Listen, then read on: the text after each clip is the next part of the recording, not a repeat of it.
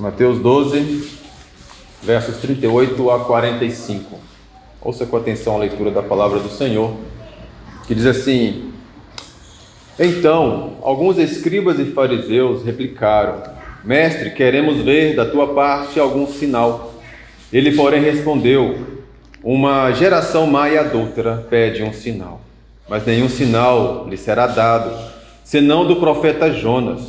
Porque assim como esteve Jonas 3 dias e 3 noites no ventre do grande peixe, assim o Filho do Homem estará 3 dias e 3 noites no coração da terra.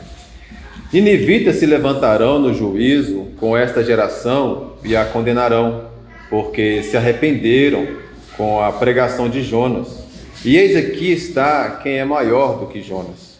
A rainha do sul se levantará no juízo com esta geração e a condenará, porque veio dos confins da terra para ouvir a sabedoria de Salomão. E eis aqui está quem é maior do que Salomão. Quando o espírito imundo sai do homem, anda por lugares áridos, procurando repouso, porém não encontra. Por isso diz: voltarei para minha casa de onde saí. E tendo voltado, a encontra vazia, varrida e ornamentada. Então vai e leva consigo outros 7 espíritos piores do que ele, e entrando habita ali. E o estado daquele homem torna-se pior do que o primeiro. Assim também acontecerá a esta geração perversa. Oremos. Ó Senhor nosso Deus, nós suplicamos ao Senhor nessa manhã a tua iluminação sobre nós, na pessoa do teu Espírito, bem como também, Senhor, a tua graça e misericórdia sobre nós, para podermos refletir e meditar na palavra do Senhor, e que o Senhor de fato fale aos nossos corações com a exortação necessária e com o consolo que tanto precisamos. Leva-nos, ó Deus, atentos a ouvir a tua voz, e de fato, Senhor Deus, nesse momento, que o Senhor permita que a compreensão da palavra seja fiel, trazendo a fiel palavra do Senhor, de maneira que o teu Espírito possa testificar os nossos corações, e assim, ó Deus, de fato, sermos alcançados, e assim alcançar também o propósito estabelecido e predeterminado pelo Senhor na eternidade. Que assim seja para a tua glória, que assim seja, Deus, para a edificação da tua igreja, em nome de Jesus. Amém. Amados irmãos, nós aqui estamos então numa situação em que o Senhor Jesus Cristo, uma vez tendo sido ali confrontado pelos líderes religiosos acerca da guarda do sábado, e de maneira clara, percebendo que o Senhor Jesus estava a direcionar uma palavra diretamente a eles, contrário àqueles que era a tradição deles, eles vão de alguma forma então, digamos assim, interromper as palavras do Senhor Jesus. O que eu quero dizer com isso? E para que vocês possam perceber. Quando, no capítulo de número 12, a partir do versículo 22, nós temos um momento em que há a cura de um endemoniado, cego e mudo, e que aqueles que ali estavam, quando viram aquela cura, uma vez que uma parte dizia: esse de fato é o Messias, versículo 23, porventura o Filho de Deus, e a outra parte, que é dos religiosos, disseram, versículo 24, mas os fariseus, ouvindo isso, murmuravam: este não espere demônios, senão pelo poder de Beelzebu, maioral dos demônios. Ou seja, essas duas frentes diante do Senhor Jesus Cristo, o Senhor trouxe aquela palavra que nós vimos na última vez, na oportunidade que o Senhor nos concedeu de estarmos aqui, a falar justamente sobre as árvores, árvore boa, árvore má, que nós vimos do versículo 33 ao versículo 37.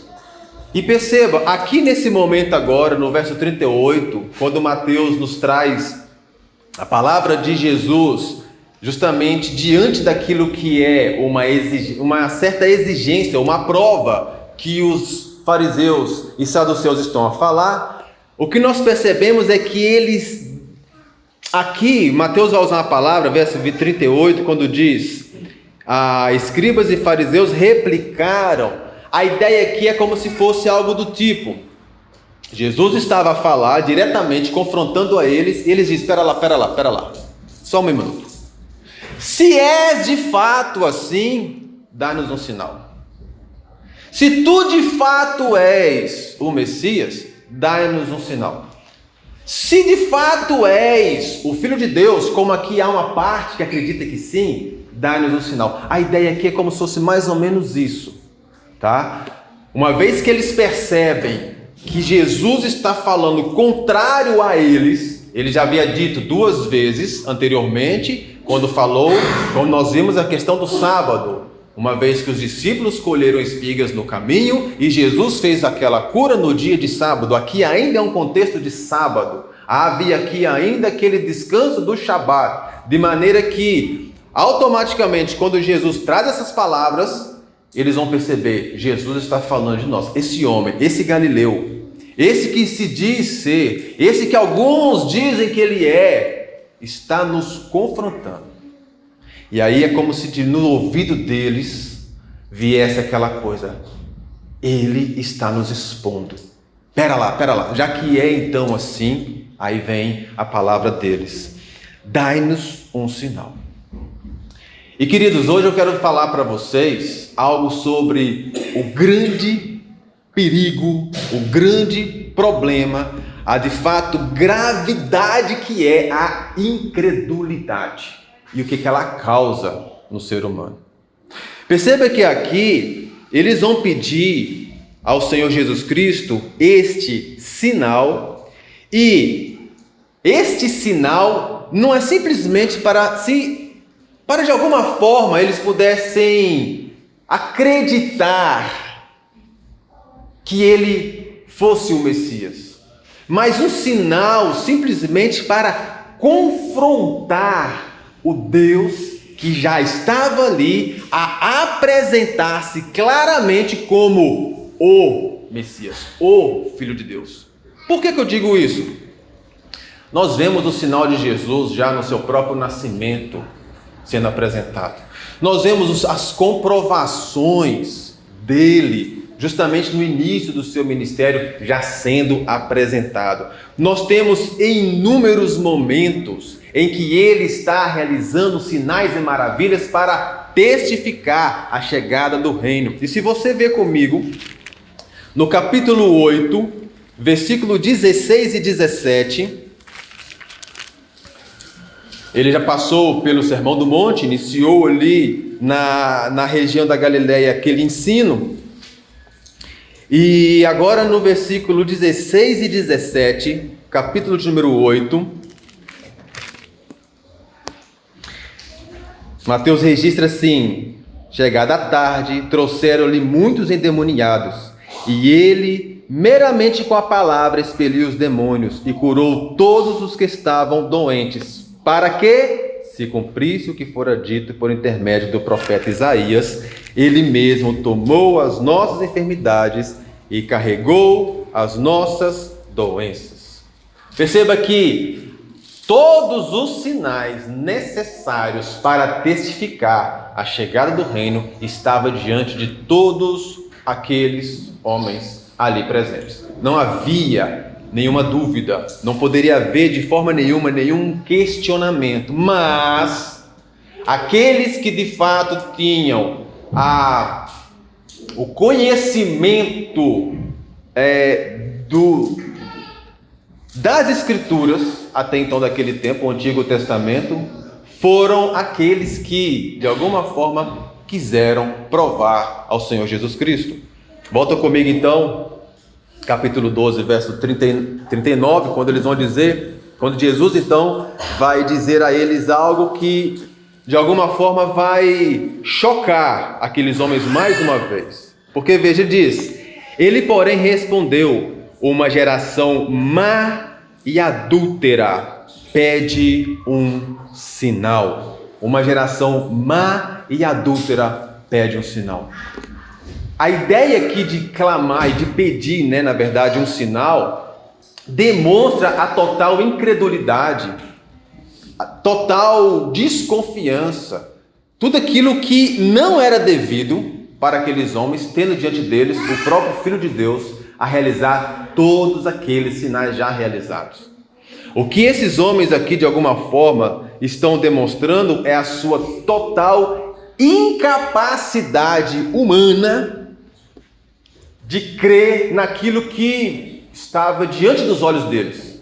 Se pegássemos as Escrituras, se eles pegassem as Escrituras, estivessem diante dos olhos deles, e olhando para Cristo, vendo as suas obras, é como hoje falar, viemos de uma evolução, mas espera lá, isso não bate, pois não bate.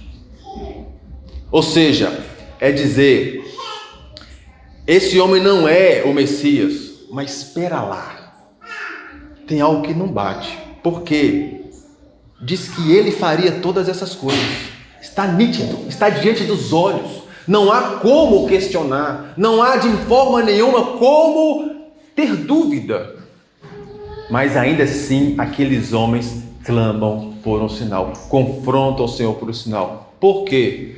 Porque tocados na sua vaidade, tocados ali no coração, sendo confrontados pelo Senhor, a incredulidade os leva a tornar-se ainda mais cegos e querer apresentar-se, ou de alguma forma manter a sua posição diante das pessoas, diante do povo em si, dos judeus em si. Não se deixar levar pelaquilo que é a razão, por aquilo que de fato está no coração deles, por mais que não transformados pelo Senhor, mas no coração deles, uma vez imago Dei, no coração deles, a certeza de que algo ali não estava a bater. Nós dizemos que esse homem não é o Filho de Deus, nós dizemos que esse homem não é o Messias, mas tem muita coincidência daquilo que ele faz para aquilo que foi dito que ele haveria de fazer. Jesus então, quando aqui ele fala para eles acerca dessa geração má e adúltera, Jesus mais uma vez está apontando para eles a condição deles semelhante à mesma lá atrás no Antigo Testamento, do povo que praticou aquelas mesmas obras. Em todo o Antigo Testamento, Deus já havia apresentado esta característica em Israel. Em Deuteronômio 1, verso 35, está escrito: certamente nenhum dos homens desta maligna geração verá a boa terra que jurei dar a vossos pais. O Deus eterno está dizendo àquela geração: certamente nenhum dos homens desta maligna geração. Qual geração e qual povo? O povo de Israel. Está dizendo, maligna geração verá a boa terra que jurei dar a vossos pais. Perceba que quando Jesus chama aqueles ali, escribas e fariseus, de mau e adúlteros, ele está trazendo justamente algo que eles deveriam de identificar, que é a semelhança deles para com aqueles que no Antigo Testamento, para aqueles que de fato, a origem dele, lá atrás, cometeram graves erros e foram punidos pelo Senhor. Adúlteros, nós temos a questão de o próprio livro do profeta Oséias, em específico no capítulo 2, verso 2, diz: repreendei vossa mãe, repreendei-a, porque ela não é minha mulher, e eu não sou seu marido, para que ela afaste as suas prostituições e de sua presença, e os seus adultérios de entre os seus olhos. E lembrando que essa palavra que Deus traz ao profeta, ela se aplica diretamente ao povo de Israel, de maneira que o Senhor está dizendo claramente para eles: vocês adulteraram, vocês buscaram outros deuses, vocês que tinham uma relação comigo e deveriam de ter como único Deus, se deixaram levar pelos deuses da terra na qual vocês estavam. Vocês cometeram adultério para comigo. De maneira então que o povo perverso, que aceita suborno, contra seus irmãos e depois quer apresentar-se, apresentar oferta ao Senhor, é aquele povo que estava ali perante o nosso Salvador. Aquele povo que se volta para outros deuses, segundo os seus interesses, mas se apresentavam como servos do Deus Altíssimo. É bem interessante quando nós observamos na revelação, o anjo anunciando a João, naquela que são as 7 cartas da igreja ali no Apocalipse, e percebendo o contexto político e a relação da igreja com aquele contexto político, nós percebemos como de fato dentro do judaísmo estava entrelaçada aquela realidade que eu vivo a religiosidade, mas caminho com o Estado que governa. Eu me prostro diante de César, mas apresento sacrifícios ao Senhor e toco trombeta na hora das ofertas. Aquela relação muito típica dos nicolaítas, justamente está presente desde aquele tempo naquele povo, no povo judeu que estava ali perante o Senhor. Por quê? Porque essa incredulidade deles, nada mais, nada menos, traz a ele a total insatisfação para com aquilo que já está diante dos seus olhos. Sabe quando você ouve a palavra do Senhor? Sabe quando você percebe de fato aquilo que é a revelação especial dizendo para você quem é o seu Senhor? E de repente você para e pensa, mas esse é o meu Senhor, que prometeu essas coisas ao seu povo, mas eu não vivo essas coisas. Logo, será que Ele é o meu Senhor? Ou é Senhor apenas de outros e eu não faço parte desse povo do Senhor? Eu começo a não acreditar na palavra do Senhor e o meu coração vai se crescer com um sentimento de insatisfação para com o meu Senhor. Perceba que essa insatisfação, ela produz no coração desses esse desejo de quero ver então sinais.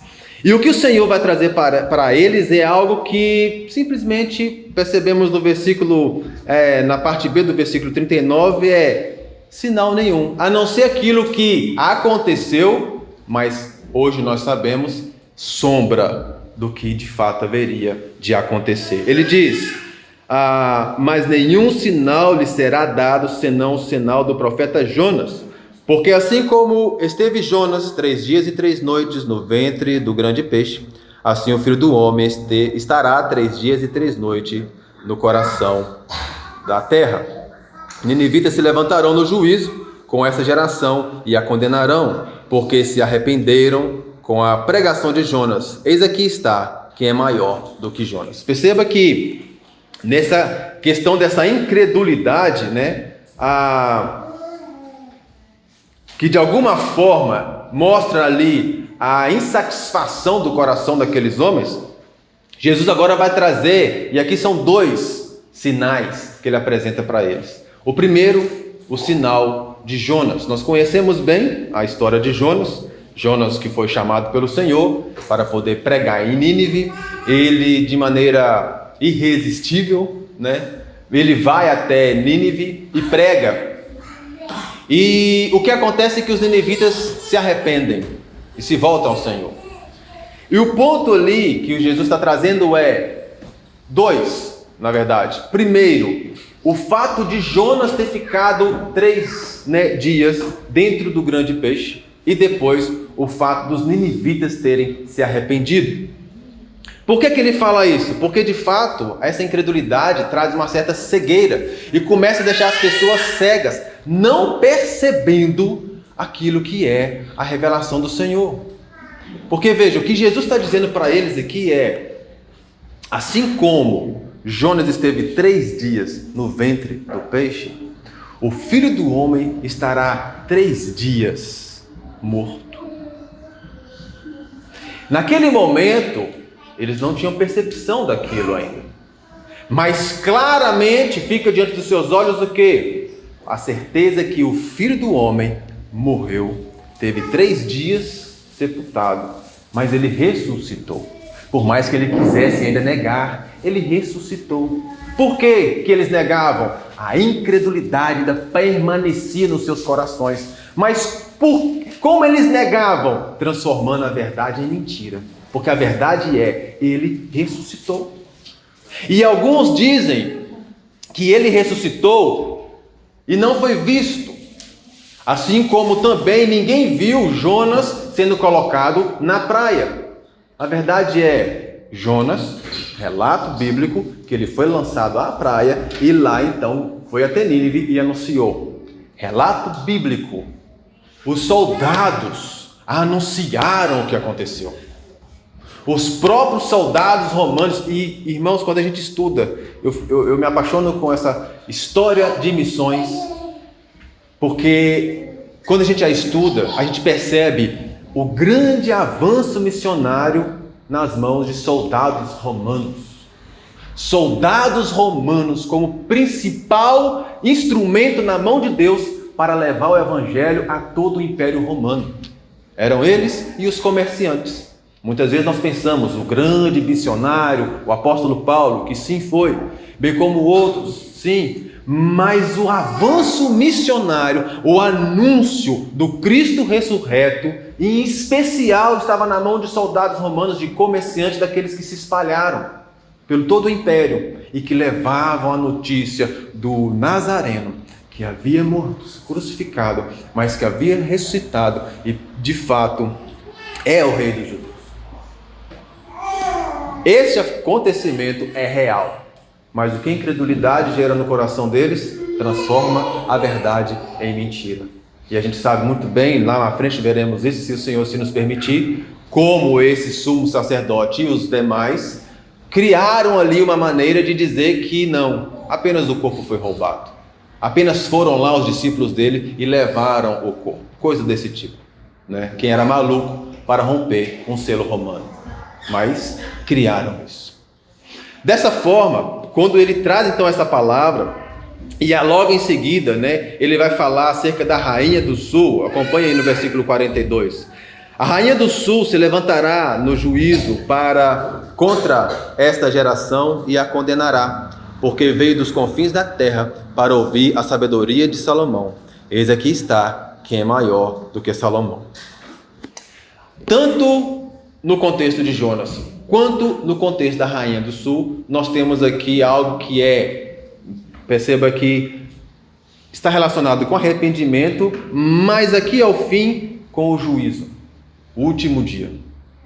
E aqui ele está dizendo que ninivitas se levantarão. Perceba que, imagino hoje, que para isso um judeu daquele tempo, imaginar que alguém está dizendo que no juízo os ninivitas vão levantar e vão julgar a nós, que somos os descendentes de Abraão, que somos de fato o povo de Deus, que guardamos toda esta prática religiosa e os costumes e a tradição, e eles lá, aquele povo, vai nos julgar?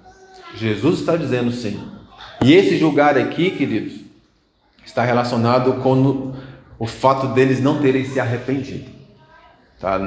A ideia aqui, perceba, não é o principal aqui, mas a ideia é, uma vez que eles não se arrependeram, o próprio comportamento dos ninivitas e o próprio comportamento da rainha do sul vai julgar, vai demonstrar que o comportamento dos fariseus e saduceus não está numa balança no que diz respeito à fé e à santificação.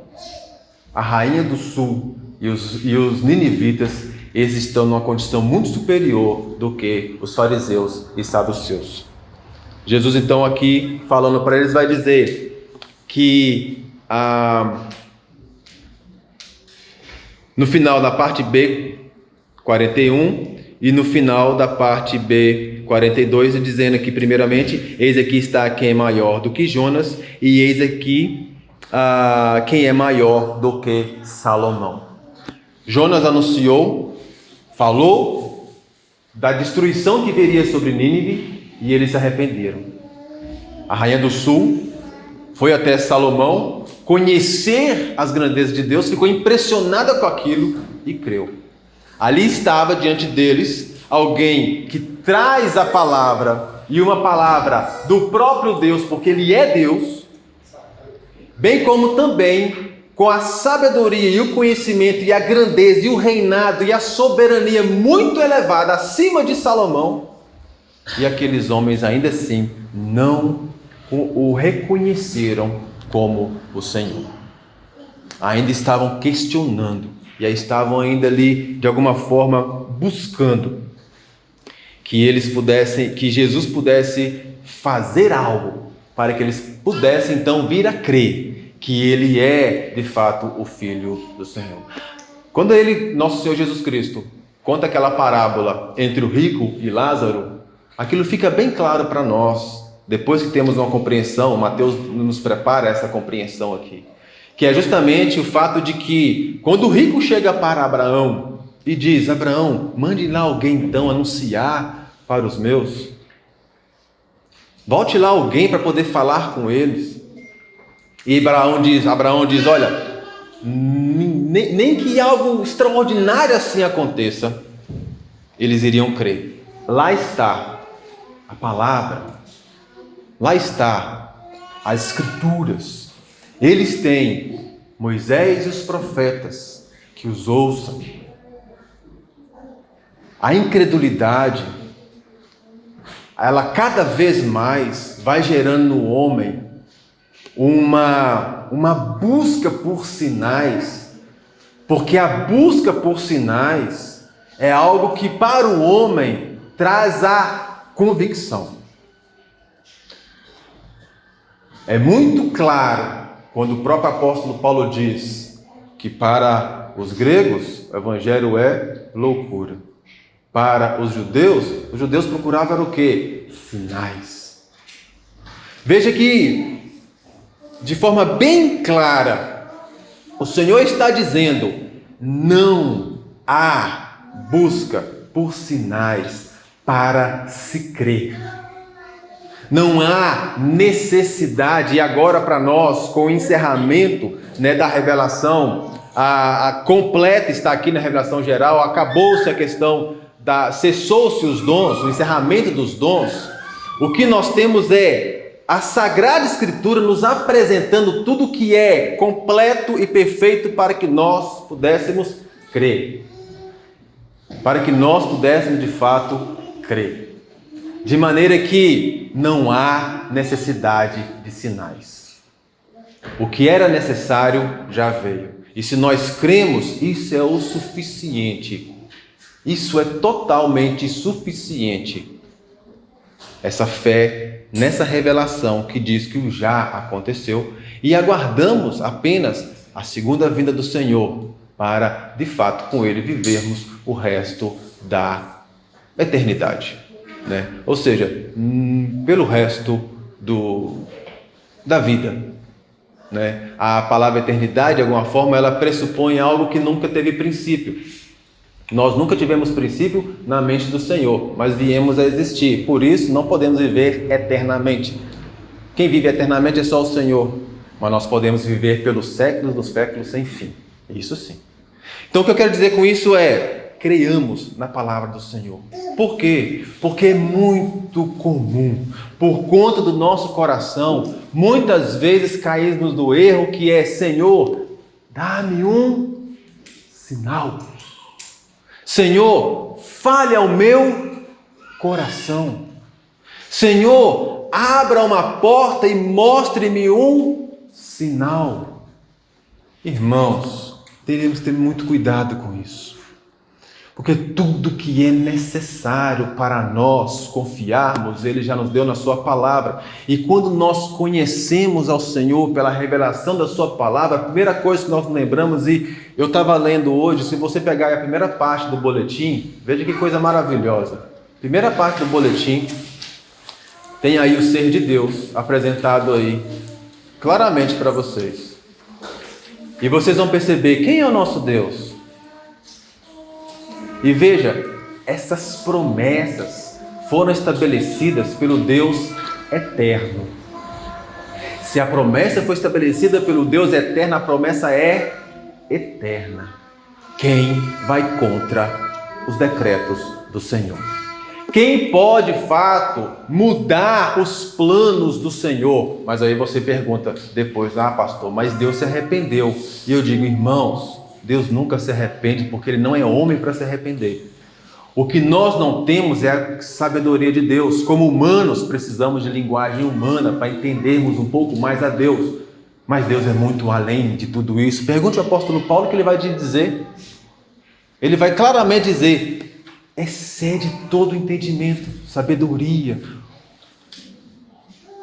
Dessa forma eu quero deixar claro para vocês que confiar no Senhor e de fato olhar para a Sagrada Escritura e falar, isto aqui é verdade suficiente para mim, é nesse Deus que eu confio e aguardo, é o suficiente para que nós possamos fazer escolhas, confiando que Ele também endireitará e mostrará o nosso caminho. Ponto. Acabou. Como diz aqui, ponto final, parágrafo. Por quê?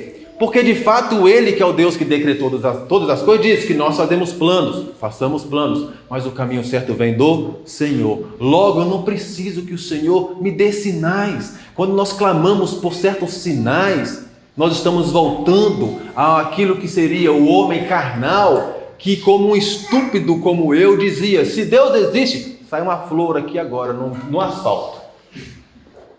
Se Deus existe, e isso a gente ouve muito, por que as crianças estão morrendo na guerra? Se Deus existe, a realidade é Deus existe, Ele decretou, Ele está governando, Ele é o Senhor. Um dia nós vamos estar na presença dEle, e aqui, nessa vida peregrina, Ele está nos conduzindo a uma santificação. De maneira que em todo tempo nós podemos andar nesta comunhão com Ele. Por quê? Porque Ele é fiel para nos manter nessa comunhão. A perseverança dos santos não diz a nós, diz a Ele. Por mais que o nome possa trazer algo a respeito de nós, como se nós tivéssemos poder de perseverar. Não, é Ele que nos faz perseverar. Por isso, veja como Ele conclui, diante dos fariseus e escribas, essa questão da incredulidade e o perigo que é essa incredulidade. Ele vai trazer uma ilustração, verso 43. Quando o espírito imundo sai do homem, anda por lugares áridos procurando repouso, porém não encontra. Por isso diz, voltarei para minha casa de onde saí. E tendo voltado, a encontra vazia, varrida e ornamentada. Então vai e leva consigo outros 7 espíritos piores do que ele, e entrando habitam ali, e o último estado daquele homem torna-se pior do que o primeiro. Veja que o que Jesus está dizendo aqui é uma ilustração, tá? E nesta ilustração, o que ele apresenta é justamente, imagina um homem possesso de um espírito maligno. E de alguma forma, aquele espírito maligno sai da vida daquele homem. E uma vez que aquele espírito sai daquele homem, aquele homem agora encontra-se, limpo, saiu imundo, fica então o que é limpo, varrido, ornamentado, preparado. Entretanto, quando aquele espírito volta e vê que naquele local onde ele habitou antes, encontra-se algo muito bem organizado e preparado, ele vai e busca outros, 7, como diz o texto, e voltam. E em vez de 1, agora habitam 8 na vida daquele homem. Não é o caso aqui de falarmos acerca de o espírito, o que são os lugares áridos, não é nada disso. Tá? Eu hoje tenho a convicção também de que quando a gente quer esmiuçar ilustrações, quando a gente quer esmiuçar parábolas, quando a gente quer entender o que é isso, o que é aquilo outro, a gente perde o principal. E o principal aqui é, Jesus está falando para quem? Ele está falando para os fariseus e escribas. Aquela geração má, incrédula, que naquele momento estava tendo o quê? A presença do próprio Deus, a revelação mais do que especial. O próprio Deus falando com eles. de maneira que tudo aquilo que fosse impuro, tudo aquilo que fosse errado, tudo aquilo que fosse contrário, tudo aquilo que é a instrução do inimigo no coração daquelas pessoas estava sendo removida. Tudo aquilo que era o falso ensino, as tradições religiosas, o sábado, não faça isso, não faça aquilo outro, não toque nisso. Durante a semana, lave as suas mãos para não comer algo impuro e se contaminar. Jesus estava varrendo tudo isso, estava tirando deles tudo isso, estava fazendo com que, da mesma forma com que hoje Ele faz conosco, pela leitura da palavra. Quando ouvimos a pregação, Ele está removendo sofismas, Ele está tirando de nós ideias humanas, Ele está nos levando numa doutrina bíblica, removendo de nós tudo aquilo que é imaginação e pensamentos de homens. E aí Ele se torna limpo e passa, é isso. Mas o que acontece? Acontece que se nesta casa não habite o Espírito, se nessa casa não há manter limpa, cuidada e preparada, ou seja, se não há de fato a fé, o estado se torna pior, porque tudo aquilo que se ouviu, a pessoa se levanta contrária. Toda verdade que ela ouviu, ela vai dizer: isso é mentira. Nós vemos muitos apostatando da fé. E eu não estou aqui para dizer que esses apóstatas caíram do estado de graça definitivamente. Eu estou dizendo que nós temos visto muitos apóstatas. Porque é possível que alguém caia, mas se é do Senhor, ele volta. Agora, aquele que não é do Senhor, irmãos, a gente vai ver nos frutos, o estado se torna muito pior. Parece que a pessoa entra num estado de loucura tão grande e quer confrontar o próprio povo de Deus. Ele se esquece e fica tão cego que se esquece. Quem pode se levantar contra Deus eterno? Quem pode levantar-se contra a igreja do Senhor e se permanecer em pé? Quem pode se levantar contra a fé, a real doutrina do Senhor e manter-se firme? Aí talvez você diga: pode, porque eu vejo muitos homens que têm se levantado contra o Senhor e parece que não acontece nada com ele. Entretanto, tem muitos crentes que estão aí vivendo, buscando o Senhor e padecem, e sofrem, e é enfermidades, e é situações, e é isso e aquilo outro. Como é que o Senhor conclui? Assim também acontecerá a essa geração perversa. O Senhor conclui dizendo: verdadeiramente os incrédulos serão punidos. Verdadeiramente não haverá escapatória a essa geração incrédula, aos incrédulos. Por quê? Porque no juízo é quando o Senhor fará a separação. E nesta separação, de fato, virá a total punição. Não nos alegremos com isso, porque a alegria do coração do crente quando vê o ímpio sendo punido é a revelação do coração caído ainda que diz: bem feito. Nós estaríamos no mesmo lugar deles se não fosse a misericórdia do Senhor. Por isso, se você crê, dê glórias a Deus e enche-se cada vez mais do conhecimento da palavra do Senhor. Agora, se você ainda não tem uma fé no Senhor verdadeira, proste-se diante do Senhor. Possa ser que Ele ainda tenha misericórdia de ti e perdoe os seus pecados e te leve à presença dEle. Porque não há nenhum outro local melhor para estarmos senão aos pés do Senhor, nas mãos do Senhor, firmados na rocha que é o Senhor, como parte desse corpo que Ele é o cabeça. Não há outro lugar melhor para estarmos. Não há outro lugar melhor para nós estarmos. Por isso, se ainda há pensamentos de incredulidade, dúvidas, busque ao Senhor. Peça perdão ao Senhor. Veja se de fato o Senhor venha ter misericórdia de ti, perdoe os seus pecados e o leve à presença dEle, firmado, numa fé inabalável. Uma fé que de fato possa te levar a ser uma testemunha fiel do Senhor, independente das consequências que pode vir a sofrer por ser uma testemunha do Senhor. Firmado no Senhor, de maneira inabalável.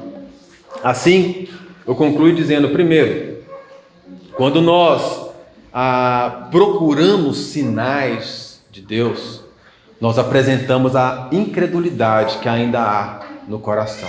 Essa incredulidade que há no coração do cristão, para ficar bem claro, é uma incredulidade que aponta ainda a condição de queda, a pecaminosidade do coração, porque isso é natural no ser humano. Isso é muito natural no ser humano. Mas, lembremos do que é dito em Hebreus capítulo 11, verso 6, para eu não esquecer de algumas palavras, eu vou ler. Hebreus capítulo de número 11, verso 6. Admiro muito os nossos irmãos que têm, lembra-se bem, até de perícopes inteiras.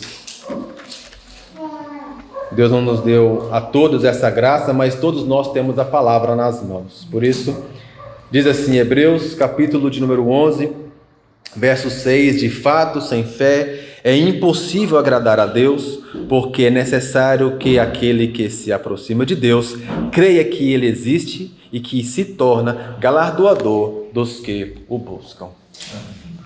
Não há como nós olharmos para uma palavra dessa e de fato permitir em nosso coração algum tipo de dúvida, simplesmente por algo que possamos estar a viver. Todas as coisas cooperam para o bem daqueles que amam a Deus. Por isso, o que estamos a viver está dentro daquilo, volte aí ao boletim novamente, dentro daquilo que o Senhor de fato definiu para nós. Veja, nos planos imutáveis do Senhor,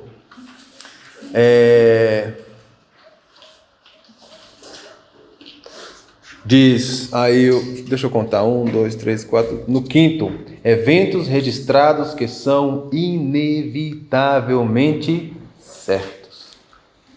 Quando nós aprendemos sobre a providência divina, nós percebemos bem que por mais que nós temos a liberdade das nossas escolhas, elas são feitas dentro do decreto de Deus, não são de todas livres. Por isso, alcançaremos, ou na verdade, realizaremos aquilo que está dentro do que Deus estabeleceu. Fiquemos em paz, completamente em paz. Não procure do Senhor, não peça do Senhor sinais, né? Alguém já ouviu de mim falar algumas vezes, olha, se Deus abrir uma porta, vá, né? E assim, eu acredito que não é bem isso um sinal, certo? Agora, se você diz, Senhor, se é para eu trocar de carro, me faça ver o meu carro vermelho várias vezes na rua. Ai, gente, espera lá. Isso é o tipo de coisa, não... Percebe? Senhor, se o Senhor de fato está comigo, me dê um sinal da tua presença comigo. Gente, se você quer ter presença do Senhor, olha, vá, tchau. Porque quem pode estar de pé na presença do Senhor? Esses sinais mostram incredulidade e cegueira total por falta de conhecimento da palavra do Senhor. Percebe? Então, não busque essas coisas. Não busque esse tipo de sinal. Busque conhecer a palavra e se firmar na fé, fortalecendo na fé. Segundo, o perigo de fazer, e considerar alguns homens mais importantes do que outros, leva de alguma forma as pessoas a ter esta busca por provar a Deus. Por que isso? Nós estamos a falar de escribas e fariseus, homens de fato considerados importantes, e que de alguma forma ali, naquele contexto, creio eu, que se alguns disseram, esse de fato é o Filho de Deus, e os outros disseram, não, é esse apenas alguém possesso por Beelzebul, ou seja, o próprio diabo aqui no nosso meio, Como aquelas pessoas humildes poderiam se levantar e confrontar aqueles que eles consideravam importantes? Consideravam os mestres da lei. Inclusive, lembrando também que, segundo eles mesmos, foi dito que se alguém confessasse que Jesus Cristo fosse o Messias, poderia ser punido, inclusive impedido até mesmo de entrar na própria sinagoga. Poxa, quem se levantaria? Não há, em hipótese nenhuma, a questão de colocarmos um ou outro como sendo alguém de tanta importância, para que essas palavras ditas por essas pessoas possam ser recebidas de maneira inquestionável. A palavra do Senhor é inquestionável. A palavra do Senhor, de fato, é aquela que vem trazendo aquilo que é necessário para nós, senão nós caímos num grande erro.